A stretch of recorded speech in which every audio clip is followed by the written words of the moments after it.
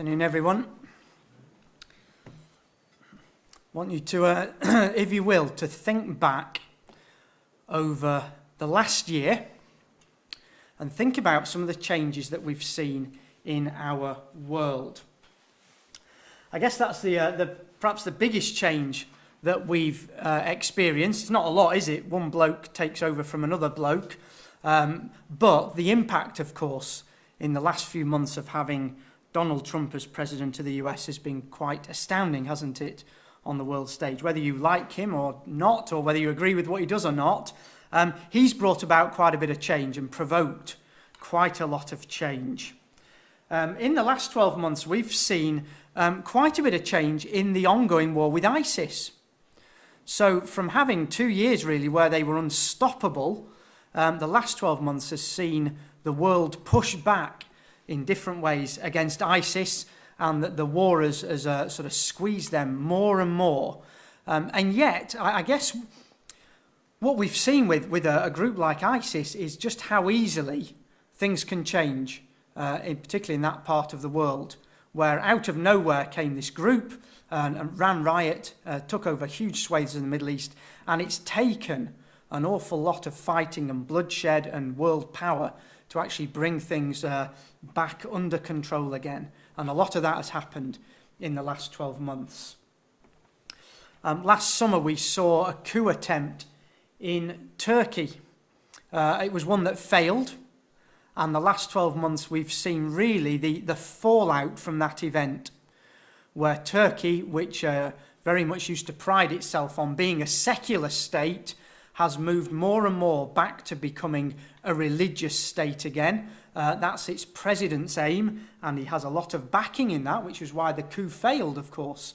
But it means that one of the biggest nation in the Middle East has been changing its personality, you might call it, over the last 12 months, and that's making the Middle East, bit by bit, into a different place altogether.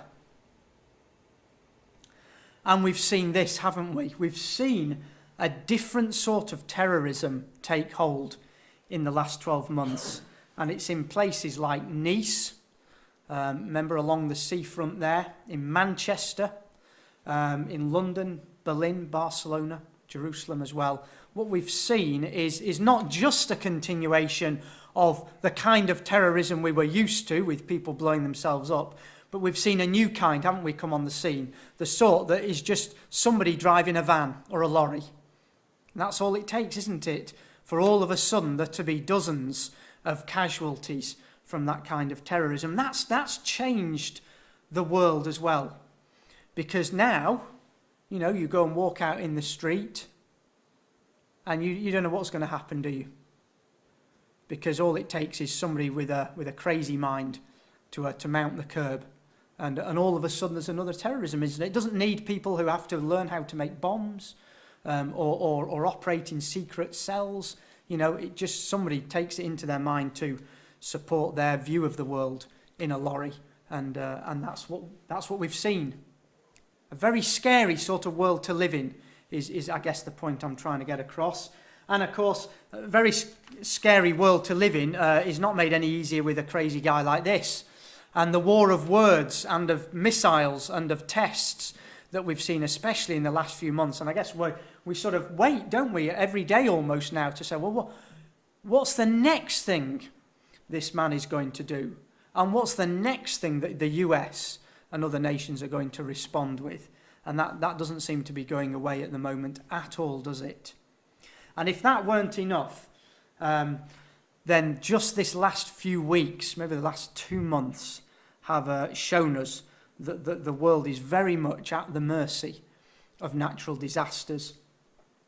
I can't even remember which two those are. I think those are both Hurricane Irma. But in the space of just a few weeks, we saw 3 devastating hurricanes, didn't we? Absolutely wiping out whole rafts of civilization across first America and then the Caribbean. These are the sort of things that you and I have seen. If you just kind of try and cast your mind back 12 months and say, well, how's the world changed in the last year? Well, that's how it's changed. That's what we've seen.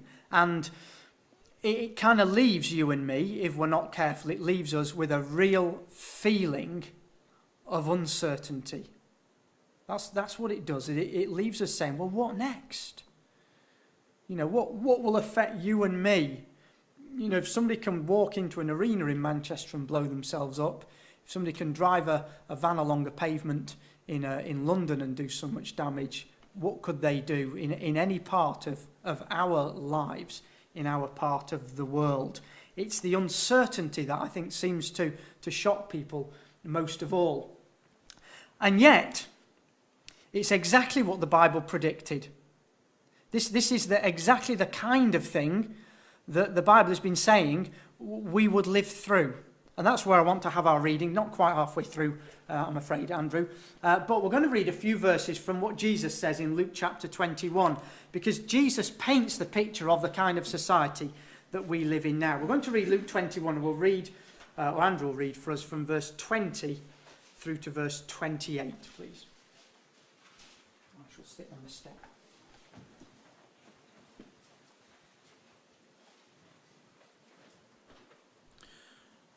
Luke chapter 21, verses 20 through to 28. And when ye shall see Jerusalem compassed with armies, then know that the desolation thereof is nigh.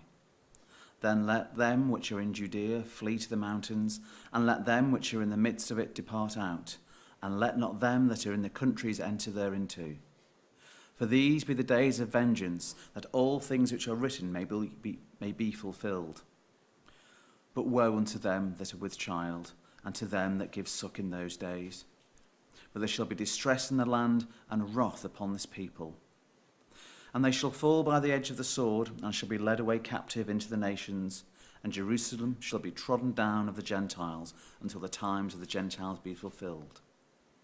And there shall be signs in the sun, and in the moon, and in the stars, and upon the earth distress of nations, with perplexity, the sea and the waves roaring, men's hearts failing them for fear, and for looking after those things which are coming on the earth. For the powers of heaven shall be shaken. And then shall they see the Son of Man coming in a cloud with power and great glory. And these things begin to come to pass. And when these things begin to come to pass, then look up and lift up your head, for your redemption draweth nigh. Lovely. Thanks very much, Andrew. You see the point that Jesus is making there. Just for the moment, just tuck away in your minds the things that Jesus says in the first of those verses we read about bad things happening to Jerusalem and everything written being fulfilled. Very often we look at those verses and we see those words of Jesus being fulfilled in the first century when Jerusalem fell to the Romans, and that's absolutely right. But just think about the fact there that Jesus said actually everything will be fulfilled when this happens. But it's the latter verses that I find most interesting, because Jesus talks there about a world really in turmoil, a world living with uncertainty. He says, doesn't he, that men's hearts would be failing them for fear and the expectation of those things coming on the earth. Actually, that's what makes people afraid, isn't it? It's not knowing what's coming. Uncertainty is the thing that causes more stress and anxiety than anything else, because you don't know what you have to prepare yourself for. And Jesus is saying this is the kind of society that people will live through. You know, this is where the Bible's in the news then, isn't it? Because what Jesus there was predicting is what we see in our news happening in front of our eyes today. But the good thing about that is that because it's fulfilling what Jesus says, we can see, like Andrew said in his prayer, we can see that God is in control of these events. And that's where the good news really is, because the important bit in everything Jesus says here is this. He says, when you see these things, well, that's when the Son of Man will be coming in a cloud with power and great glory. So the very events that scare people and leave us with uncertainty, not knowing what's going to happen next, actually is telling us what will happen next. That soon Jesus will come back and set up God's kingdom on the earth. Right, okay, that's the start. Then I've given you sort of a big picture view of the world, but I'm going to focus in a little bit more now, because whilst Jesus gave these sort of quite general pictures of things going on the planet, a lot of Bible prophecy focuses in a lot closer than that. And it focuses in very specifically on Israel, God's people, God's land, and the things that will happen there. So I want to take you back to the Old Testament, to the end of the Old Testament, and the prophecy of Zechariah, and just pick up a few verses over the space of 3 chapters in Zechariah that give us a picture of things happening in Israel, and most particularly in Jerusalem. Remember, Jesus spoke about Jerusalem and the things that would happen there. Well, much of what Jesus said in Luke 21 about Jerusalem is actually talked about here as well in the prophet Zechariah. And we're going to start in at chapter 12 about some trouble centered on Jerusalem. Look at chapter 12 and verse 1. The burden of the word of the Lord against Israel. Thus says the Lord, who stretches out the heavens, lays the foundation of the earth, and forms the spirit of man within him. Behold, I will make Jerusalem a cup of drunkenness to all the surrounding peoples when they lay siege against Judah and Jerusalem. And it shall happen in that day that I will make Jerusalem a very heavy stone for all peoples. All who would heave it away will surely be cut in pieces, though all nations of the earth are gathered against it. Just to think of what what the prophet Zechariah says there. He says, Jerusalem is a centre of conflict. Here's a place where I'm going to gather all nations against it. Nations will besiege Judah, which is, if you like, the southern half of Israel, and Jerusalem. He says all nations will be gathered against it. So there's a warfare here that the prophet speaks about that, if I was living in Israel, would make me very afraid. Because it's something we've yet to see come about. And you notice there's an image there in those verses of everybody actually wanting Jerusalem. He says everybody, it's like a big stone. Everybody wants to pick it up and take it away for themselves. But everybody who picks it up ends up with their hands shredded because it cuts them. It's a more trouble than it's worth, you might say. And the prophet's saying that's what Jerusalem's going to be like, more trouble than it's worth. But everybody, nevertheless, will be there fighting against it. What would happen if you had every nation in one form or another fighting against Israel at Jerusalem? Well, more detail is given 2 chapters on in chapter 14. Because the prophet there focuses in even closer now. Says, okay, you've got a siege of Jerusalem, all nations. Let's see what happens. Verse 1 of chapter 14. It says, Behold, the day of the Lord is coming, and your spoil will be divided in your midst. For I will gather all the nations to battle against Jerusalem. The city shall be taken, the houses rifled, and the women ravished. Half of the city shall go into captivity, but the remnant of the people shall not be cut off from the city. Well, that, in some ways, no surprise there. If Zechariah's already said, I'm bringing everybody against Jerusalem, well, we might expect that the city would fall, and it will. But Zechariah says, actually, the very worst atrocities of war that we've seen, that's what we're going to see at that time in Jerusalem. And we'll end up with half the city going into captivity.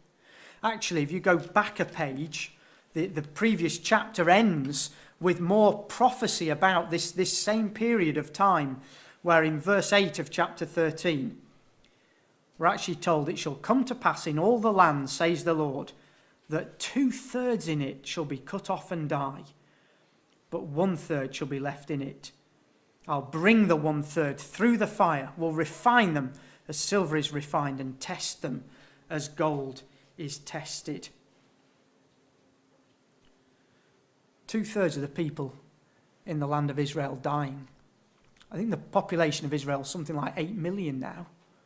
So you're talking there about the number of people dying in the land pretty much has died in the Holocaust. Certainly if it's Jews who are perishing here. So however bad things are in the world, actually this is going to be probably the worst event that the world will ever see. Certainly in concentrated in one place, it will be quite shocking. And yet it's this very tragedy that the prophet talks about that will bring the deliverance that the Bible also promises. Because did you notice that in verse 9, this only third of the people left in the land of Israel will be brought by God through the fire. God will refine them as silver is refined and test them as gold is tested. They will call on my name and I will answer them. I will say, this is my people. And each one will say, the Lord is my God. And what you've got there is that the people left, put through the ringer, will eventually turn to God. And God says, when they do that, I will save them out of their troubles. And actually, as we go into chapter 14 now, God tells them about how he will save them. Reminds us of the city being taken. But then in verse 3, when people have gone into captivity, it says, then the Lord will go forth and fight against those nations as he fights in the day of battle. And in that day, his feet will stand on the Mount of Olives, which faces Jerusalem on the east. And the Mount of Olives shall be split in two from east to west, making a very large valley. Half of the mountain shall move toward the north, and half of it toward the south. So God says, when these troubles hit Israel and things seem to be completely lost for them, then I'm going to deliver them. I'll save my people. And when it talks there about his feet standing on the Mount of Olives, we can go to our New Testament and realize that it's talking about the feet of none other than Jesus Christ.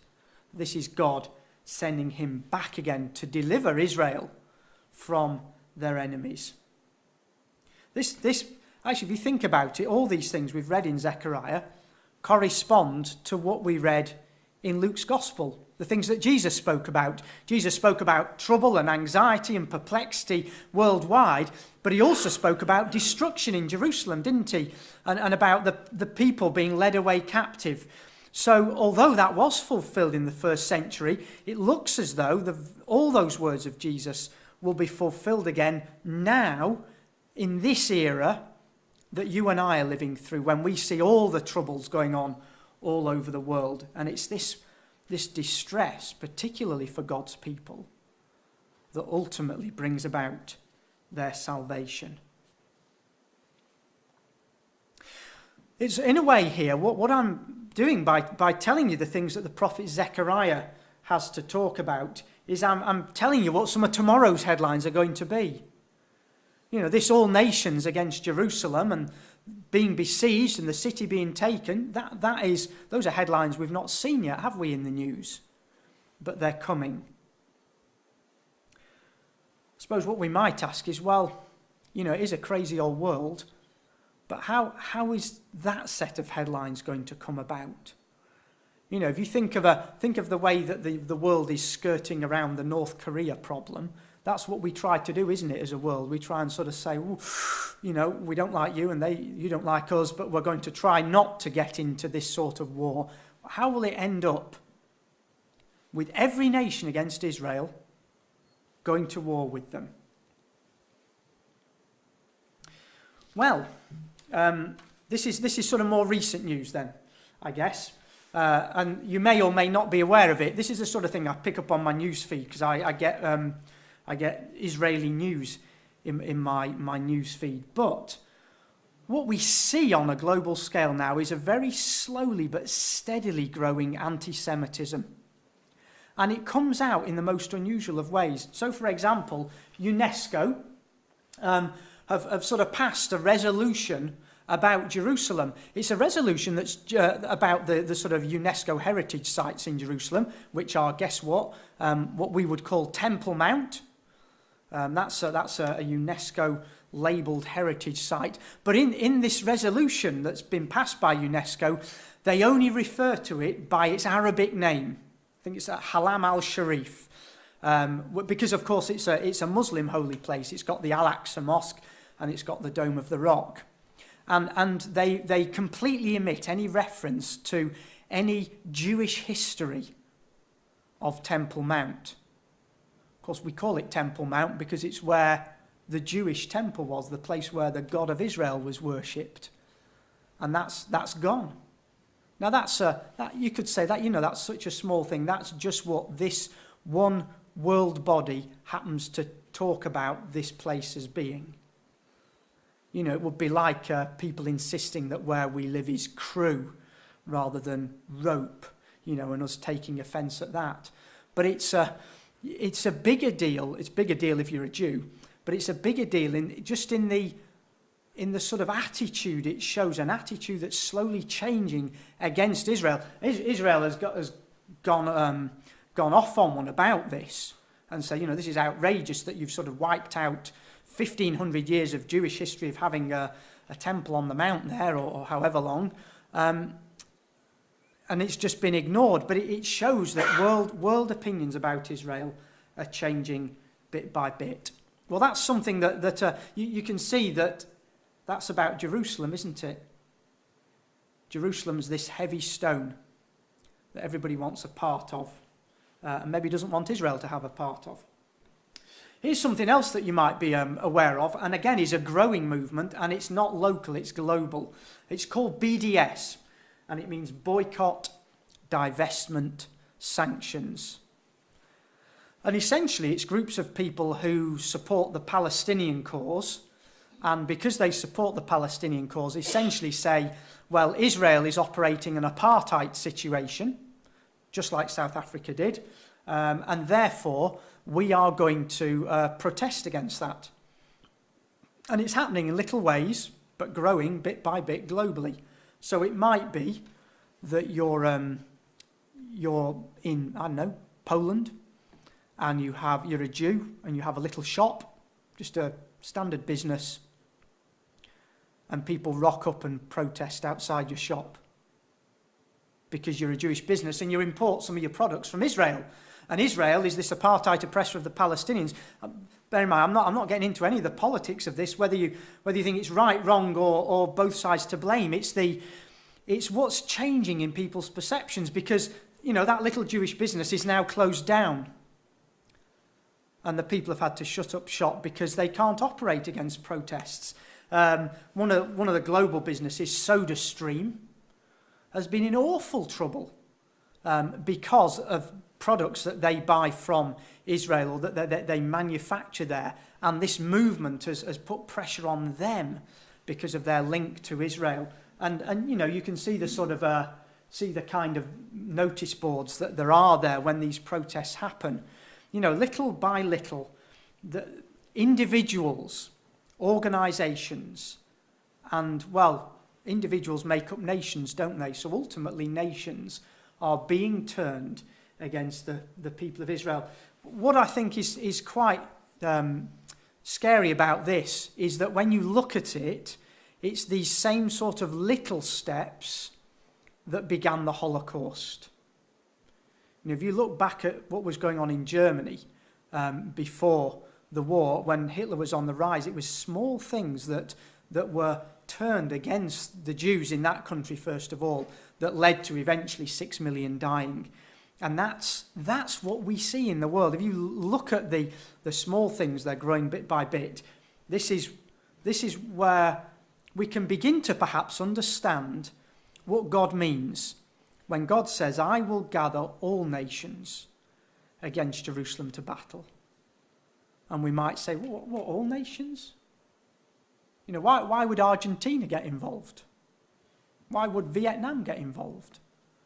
But actually, this turning against Israel is something that's happening at grassroots level the world over. And it's grassroots people, isn't it, that are the ones who put pressure on their governments to act in particular ways. Just to give you some idea of the fragility of the situation in Jerusalem and why Jerusalem is such a big deal, just think about this situation. This happened over the summer, didn't it? July the 14th.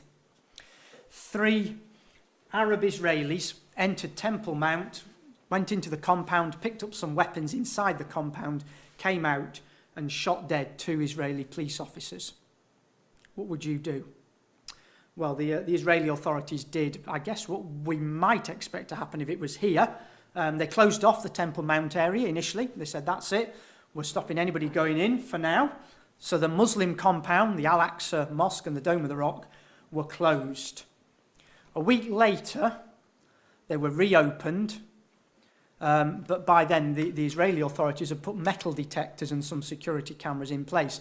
So anybody wanting to enter Temple Mount compound had to go through this extra security arrangement. Now, I guess you and I could understand that, because that's what we do, isn't it? You know, when somebody tried to drive a Jeep into Glasgow Airport, as a result of that, every airport in the UK now has a barrier around it, doesn't it? All these big concrete blocks you can't pull up in front anymore. We have loads of extra metal detectors now wherever you go where there's deemed to be a security threat. Not in Israel, though. The unrest that sparked off was immense.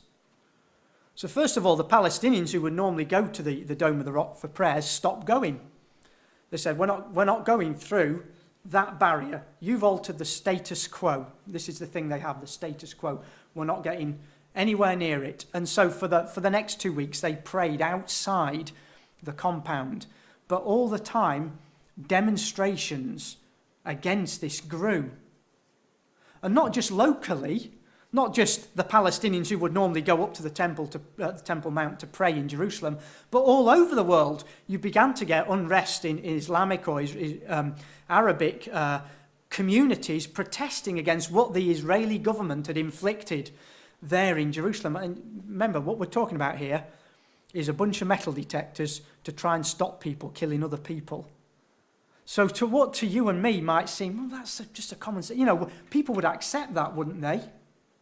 It caused such a stink and was growing so much over those 2 weeks in the summer that in the end, the president of the US had to get involved, and even, surprisingly, the king of Saudi Arabia, because he was getting demonstrations in his own country, and say to the Israeli prime minister, I know you've dug your feet in, I know you've said they're there to stay, but this is just going to spiral out of control if you don't remove the metal detectors. When did it happen? 25th of July, 11 days later, the metal detectors went. And then on the 27th, the Palestinians returned to pray. Interesting to look at some of the news headlines from then. This one in front of the image there. A major uprising in Jerusalem and beyond is just a few missteps away. The last thing the Middle East needs is a major conflagration in Israel-Palestine, but a summer crisis in Jerusalem made it clear that in the right circumstances, it really could happen. And actually in the same article, Haram al-Sharif, or Temple Mount, has been called the single most explosive piece of real estate on the planet. I thought it was really interesting because that's not a Bible. Well, I assume the journalist isn't a Bible reader. That's just a journalist's comment to say this is how fragile this place is. Something that seems so small as blew up into something so big and had such a dangerous potential impact. Now you see that, you know, this is the kind of event in the news that for me is edging us bit by bit towards what the Bible talks about happening. Just if you're still in your Old Testament, go back a few books to the prophecy of Joel.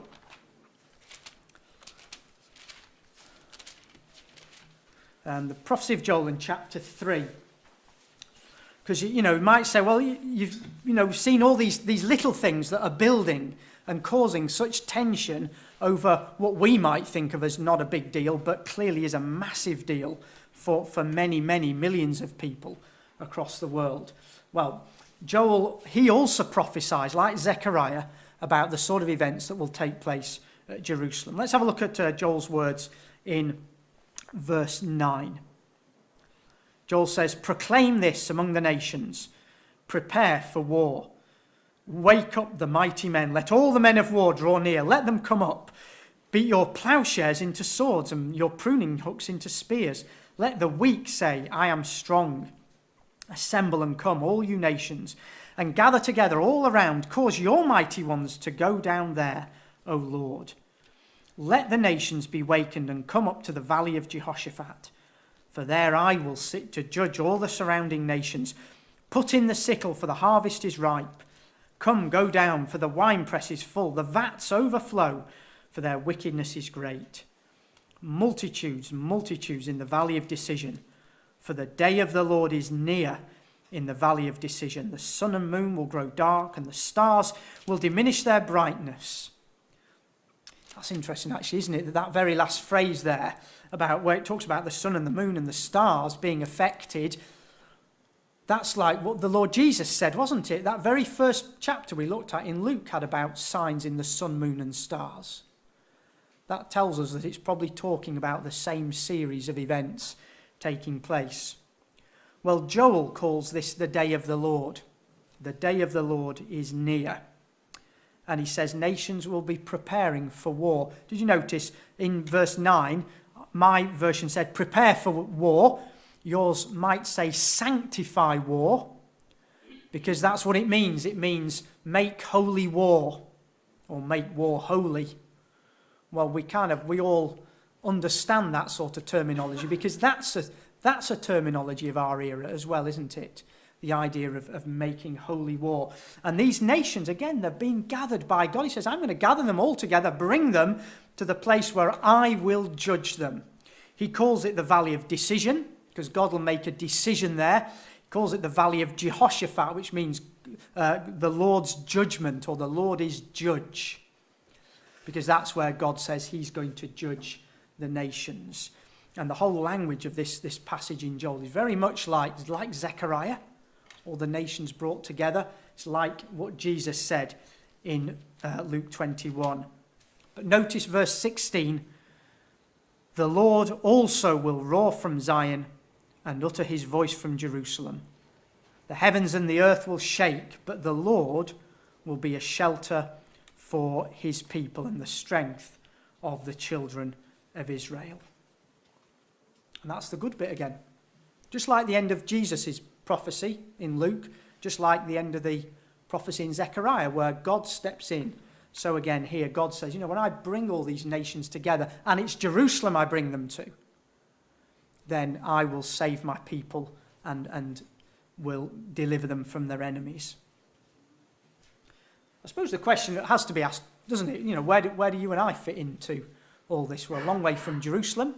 I don't know if any of you have Jewish blood, but this all seems to be about Jews, doesn't it, here? Well, I guess in the first instance, our news headlines are telling us what the Bible's foretelling, aren't they? That what we see on the news each day is saying to us, God is in control and God is working his way towards his ultimate fulfillment of purpose. And so the Bible's telling us what the next set of headlines are going to be as well. We can see what's coming next, and we can, if we look, we can see the way that things are building up. And we know that this is leading to the return of Jesus. But the point is, Jesus isn't just coming back to deliver Israel. It's wonderful that he is going to deliver Israel when you think of what they're going to go through. But he's coming back as well to bring salvation to everybody who follows Jesus Christ faithfully. This is what the writer says in Hebrews about the whole work of Jesus, its beginning and, if you like, its end as well. He says, Christ has not entered the holy places made with hands, which are copies of the true, but into heaven itself, now to appear in the presence of God for us.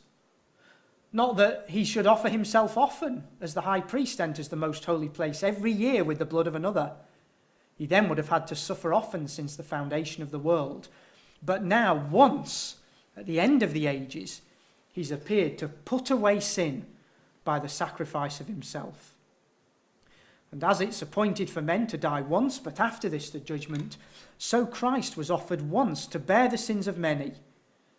To those who eagerly wait for him, he will appear a second time apart from sin for salvation.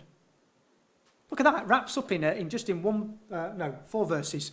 The whole work of Jesus, that he came to die for sins, for you and me.